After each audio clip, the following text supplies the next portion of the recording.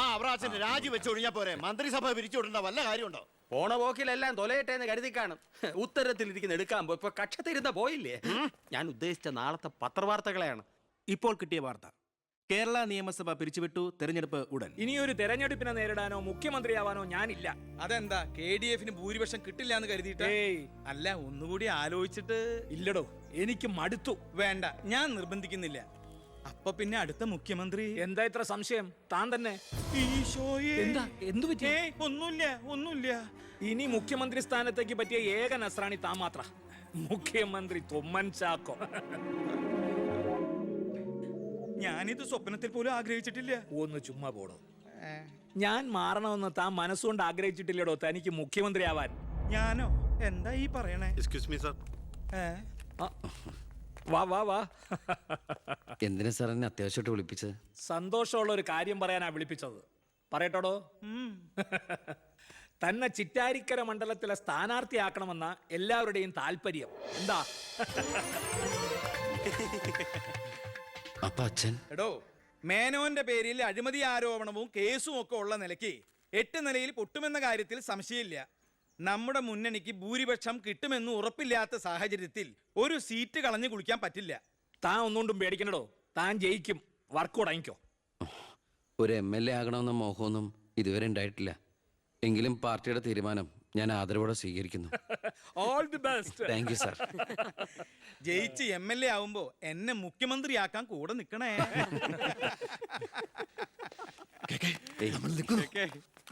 ഞാൻ ജീവിച്ചിരിക്കുമ്പോ ചിറ്റാരിക്കര മണ്ഡലത്തിൽ പുതിയൊരു സ്ഥാനാർത്ഥിയെ കുറിച്ച് ചിന്തിക്കേണ്ട കാര്യമില്ല. അത് നടക്കില്ല. കഴിഞ്ഞ 25 കൊല്ലമായിട്ട് ഞാൻ MLA ആയിരുന്നു, മന്ത്രിയായിരുന്നു. പക്ഷെ ജനത്തിന് ഇപ്പൊ തിരിച്ചറിവ് വന്നു തുടങ്ങി. എന്നെ ഓരോ സീറ്റും വിലപ്പെട്ടതാ. വാശിപ്പുറത്ത് അത് വെറുതെ പാഴാക്കി കളയരുത്. പോടാ അവിടുന്ന്. എനിക്കെതിരെ ഇതിലും വലിയ ആരോപണങ്ങൾ ഉണ്ടായിരുന്ന കാലത്തും കേരളം മുഴുവൻ ജനപക്ഷ തരംഗം ആഞ്ഞടിച്ചിട്ടും വൻ ഭൂരിപക്ഷത്തോടെ വിജയിച്ചവനായി ഈ ബാലഗംഗാധരൻ. ഇന്നിപ്പം പുളിച്ച പൗരധർമ്മം വിളമ്പുന്ന ഈ തൊമ്മിച്ചടക്കം പലരും അന്ന് തോറ്റു തുന്നം പാടി ചരിത്രം മറക്കണം. ഞാൻ തോറ്റത് നിങ്ങളുടെ ഗ്രൂപ്പ് കാലു വാരിയതുകൊണ്ടാണ്. വേറെ ആരും അല്ലല്ലോ മേന്നെ, തന്റെ മകനല്ലേ സ്ഥാനാർത്ഥി. കൊള്ളാം. അവറാച്ചന്റെ 18ാമത്തെ അടവ് കൊള്ളാം. അച്ഛനെതിരായി മകനെ വെച്ച് കളിക്കുക. ഇതേ പിള്ളേര് കളിയല്ല. ജനപക്ഷത്തിന്റെ സ്ഥാനാർത്ഥി നിസ്സാരക്കാരനല്ല. എന്തൊക്കെ പറഞ്ഞാലും മുഖ്യമന്ത്രി രാജിവെക്കുന്ന കാര്യമല്ല. പിന്നെ ചിറ്റാരിക്കര മേനോൻ സാറിന് തന്നെ വേണം. അതൊഴികെ മറ്റെല്ലാ സ്ഥാനാർത്ഥികളെയും നമുക്ക് അംഗീകരിക്കാം. പക്ഷേ മേനോൻ സാറിനെ മാറ്റി നിർത്തിക്കൊണ്ടുള്ള ഒരു ഒത്തുതീർപ്പിനും ഞങ്ങൾ ആരും തയ്യാറില്ല. അതെ, മേനോനെ സ്ഥാനാർത്ഥിയാക്കിക്കൊണ്ടുള്ള ഒരു ഒത്തുതീർപ്പിന് ഞങ്ങൾ നേരല്ല. പാർട്ടി വളർത്തി പോകാൻ നിന്നവരവര്. തെരഞ്ഞെടുപ്പ് പെട്ടെന്ന് വന്നപ്പോ ഇവിടെ തന്നെ കൂടി. ഈ മുന്നണി വിട്ട് എന്നാൽ പൂ വിട്ട് സ്വീകരിക്കും ജനപക്ഷ മുന്നണി. എന്റെ ഗ്രൂപ്പിന് KDF-ൽ കിട്ടുന്നതിനേക്കാൾ കൂടുതൽ സീറ്റ് കിട്ടുകയും ചെയ്യും. ദിവാകര, ഇനി ഇവിടെ നിൽക്കണ്ട, വാടോ പോകാം. അയ്യേ, നിങ്ങൾ ഇവിടെ ഇരിക്കി. ആരെങ്കിലും എന്തെങ്കിലും തമാശ പറഞ്ഞു വെച്ചാൽ അത് കാര്യാക്കുക. ചിറ്റാരിക്കരയിൽ മേനോൻ തന്നെ സ്ഥാനാർത്ഥി. അപ്പം നമ്മൾ ഗ്രൂപ്പെല്ലാം മറന്ന് തെരഞ്ഞെടുപ്പിനെ ഒറ്റക്കെട്ടായി നേരിടുന്നു. ഇനി എല്ലാവരും ഒന്ന് കൈയടിച്ച് പാസാക്കി.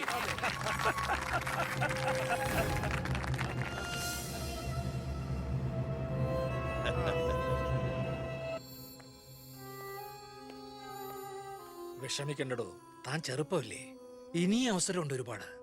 എനിക്കൊരു വിഷമമില്ല സാർ. ഒരു MLA ആകാൻ വേണ്ടി വ്രതം നോറ്റെടുക്കുന്ന ഒരാളല്ല ഞാൻ. അധികാരത്തിന്റെ അപ്പകഷ്ണം കിട്ടാൻ ചെയ്തു കൂട്ടിയ നെറുകേടുകളൊക്കെ പരസ്പരം മറക്കും, എല്ലാം പൊറുക്കും, എല്ലാവരും ഒന്നാക്കും. അധികാരം കിട്ടിക്കഴിയുമ്പോൾ പിന്നെയും തമ്മിൽ തെല്ലും പിരിയും. പക്ഷേ കൂടെ നിൽക്കുന്ന എന്നെ പോലുള്ള അണികൾക്ക് അത് ചിലപ്പോൾ ഉൾക്കൊള്ളാൻ കഴിഞ്ഞെന്ന് വരില്ല, എളുപ്പം ദഹിച്ചെന്ന് വരില്ല. വരട്ടെ സാർ.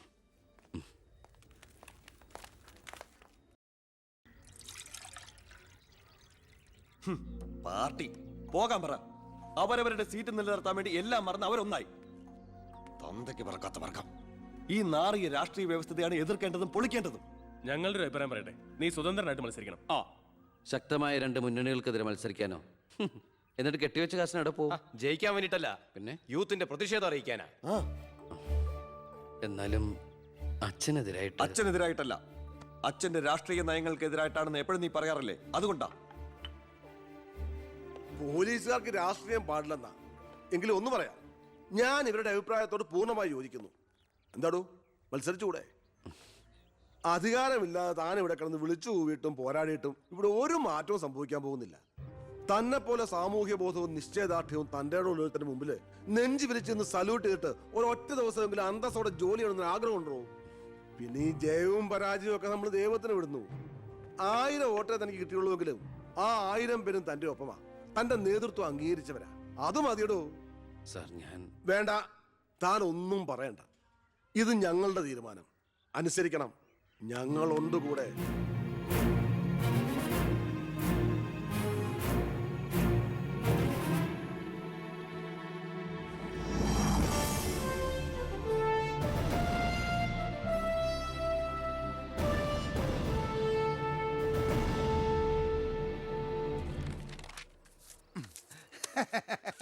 ഒരുപാട് തെരഞ്ഞെടുപ്പുകൾക്ക് ഞാൻ പോസ്റ്റർ ഒട്ടിച്ചിട്ടുണ്ട്. ഭയങ്കര രാശിയുള്ളവനാ ഞാൻ. ഞാൻ പോസ്റ്റർ ഒട്ടിച്ച ഒരു സ്ഥാനാർത്ഥിയും ഒരു ഇലക്ഷൻ ഇന്നേ വരെ ജയിച്ചിട്ടില്ല. അതെന്റെ ക്വാളിഫിക്കേഷൻ. എന്റെ അമ്മയുടെ സത്യം. 77 തെരഞ്ഞെടുപ്പിൽ ഞാൻ പോസ്റ്റർ ഒട്ടിച്ച സ്ഥാനാർത്ഥി തോമസ് ചാണ്ടി ഇടിവട്ടേറ്റ് മരിച്ചു. 84 സ്ഥാനാർത്ഥി പാണ്ടിലോറി കയറി മയ്യത്തായി. പിന്നെ മരിക്കാത്ത സ്ഥാനാർത്ഥികൾക്ക് കെട്ടിവെച്ച കാശ് പോലും കിട്ടില്ല. പിന്നെ മൈക്ക് അനൗൺസ്മെന്റിൽ ഞാൻ ബഹുമെടുക്കാനാ. മൈക്ക് അലവൻസ് അല്ല, മൈക്ക് അനൗൺസ്മെന്റ്. അതന്നെ ഞാനും പറഞ്ഞത്. എനിക്കറിഞ്ഞൂടെ? ഇവന് നീ എന്റെ മാനം കളയരുത് ഈശ്വര. ഇവന്റെ കെട്ടിവെച്ച കാശെങ്കിലും കൊടുത്തേക്കണേ. ഇല്ല, ഇവന്റെ കാര്യം എനിക്കറിയാൻ പാടില്ല. ഈ തെരഞ്ഞെടുപ്പിൽ ഞാൻ സ്വതന്ത്രനായി മത്സരിക്കുന്നത് ഇവിടുത്തെ രാഷ്ട്രീയ കച്ചവടക്കാരോട് ജനങ്ങൾക്കുള്ള പ്രതിഷേധം അറിയിക്കാനാണ്. എന്റെ പ്രിയപ്പെട്ട നാട്ടുകാരെ,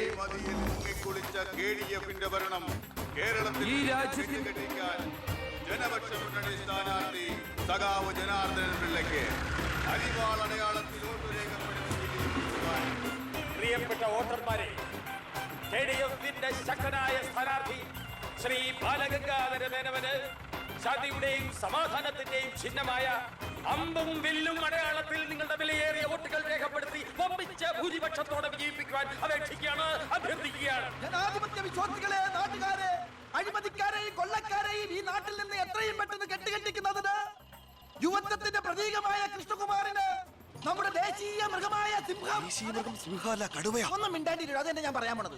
നമ്മുടെ ദേശീയ മൃഗമായ കടുവയുടെ സ്വന്തം ചേട്ടനായ സിംഹം അടയാളത്തിൽ വോട്ടുകൾ രേഖപ്പെടുത്തി വിജയിപ്പിക്കണമെന്ന് അഭ്യർത്ഥിക്കുകയാണ്, അപേക്ഷിക്കുകയാണ്. ഇലക്ഷൻ ഫണ്ടിലേക്ക് സംഭാവനയായി കിട്ടിയ പണം മുഴുവൻ എടുത്ത് ഇളവാക്കേണ്ട കാര്യമൊന്നുമില്ല. അല്ലാതെ തന്നെ അച്ഛൻ ജയിക്കും, ഉറപ്പാ. അത് ശരിയാ.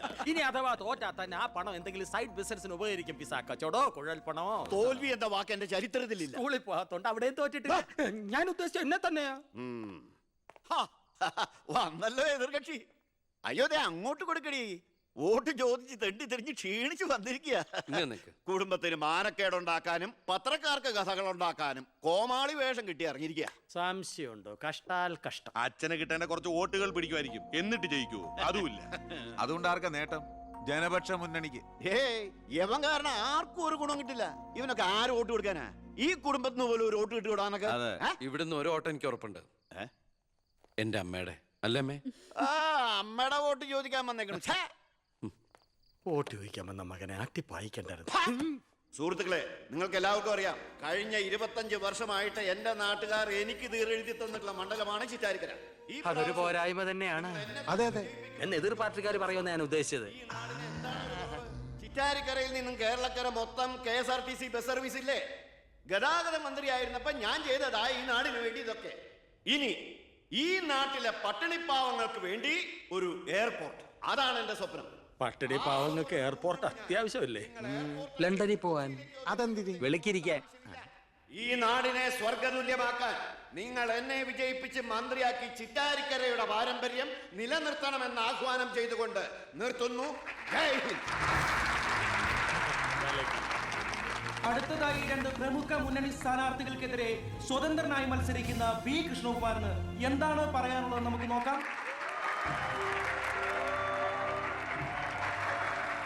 സ്വന്തം അച്ഛനെതിരെ മത്സരിക്കുന്നതാണോ ഇല്ലടൂ? പ്രിയമുള്ളവരെ, ബഹുമാന്യരായ എന്റെ 2 എതിർ സ്ഥാനാർത്ഥികളുടെ മോഹനസുന്ദര വാഗ്ദാനങ്ങളും വീരവാദങ്ങളും നിങ്ങൾ കേട്ടുകഴിഞ്ഞു. നടക്കാത്ത വാഗ്ദാനങ്ങൾ നൽകി നിങ്ങളെ വഞ്ചിക്കാൻ ഞാൻ തയ്യാറല്ല. പക്ഷേ ഒരു കാര്യം നിങ്ങളെ അറിയിക്കാൻ ഞാൻ ഈ അവസരം ഉപയോഗിക്കുകയാണ്. ശക്തമായ 2 മുന്നണികൾക്കെതിരെ മത്സരിക്കുന്ന ഒരു സ്വതന്ത്ര സ്ഥാനാർത്ഥിയാണ് ഞാൻ. വിജയസാധ്യത വളരെ കുറവായി എനിക്ക് ഇവിടുത്തെ പല പ്രമുഖ വ്യവസായികളും പ്രമാണിമാരും കുറച്ച് പാരിതോഷികങ്ങൾ തന്നിട്ടുണ്ട്.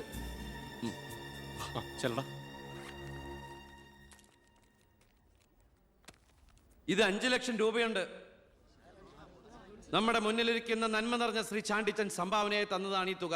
അതെ അതെ അതെ അതെ ഇത് 3 ലക്ഷം വ്യവസായ പ്രമുഖൻ കോശിയുടെ വക. ഇത് 2 ലക്ഷം അബ്കാരി നമ്പീശന്റെ വക. ഇത് 1 ലക്ഷം കോൺട്രാക്ടർ സരസന്റെ വക. വിജയ സാധ്യത ഒട്ടുമില്ലാത്ത എനിക്ക് ഇത്രയൊക്കെ കിട്ടിയിട്ടുണ്ടെങ്കിൽ വിജയത്തിന്റെ തൊട്ടടുത്ത് നിൽക്കുന്ന എന്റെ എതിർ സ്ഥാനാർത്ഥികൾക്ക് എത്രയൊക്കെ കിട്ടി കാണും. ഈ ചിറ്റാരിക്കരയുടെ അഭിമാനമായ സന്മനസ്സുള്ള ചാണ്ടിച്ചൻ പറയണം, താങ്കൾ എത്ര രൂപ സംഭാവനയായിട്ട് കൊടുത്തു എന്ന്. ആ നല്ല മനസ്സ് ജനങ്ങളൊക്കെ ഒന്ന് അറിയട്ടെ എന്ന്. കയ്യിൽ ജനാർദ്ദനം പിള്ളക്ക് 10 ലക്ഷം, മേനോൻ സാറിന് 20 ലക്ഷം അല്ലേ? സത്യമാണ്, നുണ പറയല്ല. പണം പിടിച്ചോ. താങ്ക് യു ചാണ്ടിച്ചൻ. കർത്താവ് തരുന്നു, ഞാനത് കൈനീട്ടി വാങ്ങിക്കുന്നു. എങ്ങനെയുണ്ട്? ടിവിയിൽ വരുക കേട്ടല്ലോ. ഇതുപോലെ എത്ര ലക്ഷങ്ങൾ ഇവരുടെ കൈകളിൽ എത്തിക്കാണും. അതിവിടെ വെളിപ്പെടുത്താൻ ഈ സ്ഥാനാർത്ഥികൾ തയ്യാറാണോ?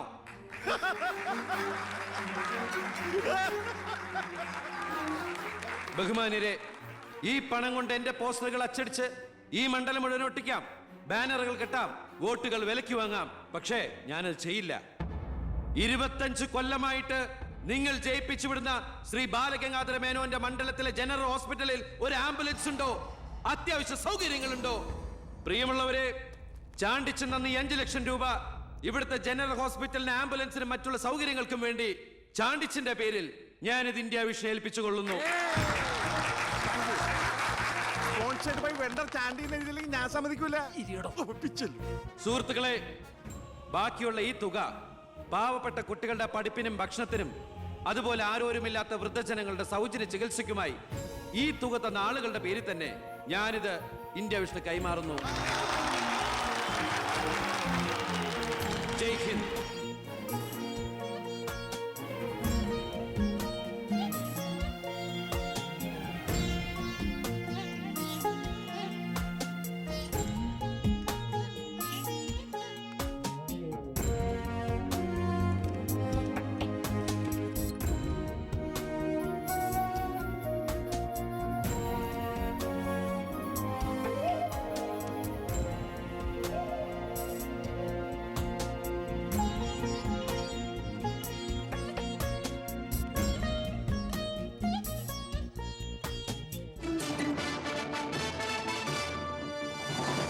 പന്ത്രണ്ടാം നിയമസഭയിലേക്ക് നടന്ന വാശിയേറിയ തെരഞ്ഞെടുപ്പിൽ 72% വോട്ട് രേഖപ്പെടുത്തി.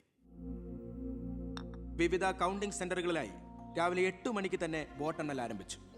ആകെയുള്ള 140 സീറ്റുകളിൽ ഫലമറിഞ്ഞ 120 മണ്ഡലങ്ങളിൽ KDF 61, ജനപക്ഷ മുന്നണി 59 സീറ്റ് നേടിയിട്ടുണ്ട്.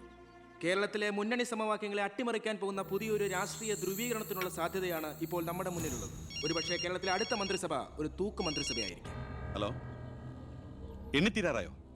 ജനപക്ഷ മുന്നണി സ്ഥാനാർത്ഥി 4612 വോട്ടിന് അച്ഛൻ ലീഡ് ചെയ്യുന്നുണ്ട്.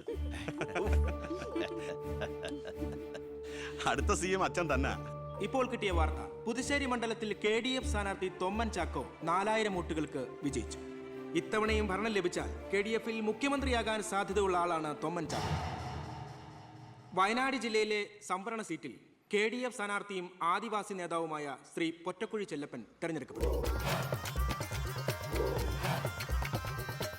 ഇപ്പോൾ കിട്ടിയ വാർത്ത, ചിറ്റാരിക്കര മണ്ഡലത്തിലെ വോട്ടെണ്ണൽ പൂർത്തിയായി. സംസ്ഥാനം ഏറെ ഉറ്റുനോക്കിയ മണ്ഡലമായിരുന്നു ചിറ്റാരിക്കര. മുൻ മന്ത്രിയും KDF സ്ഥാനാർത്ഥിയുമായ ശ്രീ ബാലഗംഗാധര മേനോൻ മുന്നിട്ട് നിന്നിരുന്നുവെങ്കിലും ഇപ്പോൾ 3ാം സ്ഥാനത്തേക്ക് പിന്തള്ളപ്പെട്ടു. ഇരു മുന്നണികളെയും പരാജയപ്പെടുത്തി സ്വതന്ത്ര സ്ഥാനാർത്ഥി P. കൃഷ്ണകുമാർ വിജയിച്ചിരിക്കുന്നു. KDF-ന്റെ സജീവ പ്രവർത്തകനും യൂത്ത് വിങ്ങിന്റെ ജില്ലാ സെക്രട്ടറിയുമായിരുന്ന കൃഷ്ണകുമാർ തെരഞ്ഞെടുപ്പ് പ്രഖ്യാപന വേളയിലാണ് രാഷ്ട്രീയ അഭിപ്രായ ഭിന്നതയെ ചൊല്ലി സ്വതന്ത്രനായി മത്സരിക്കാൻ തീരുമാനിച്ചത്.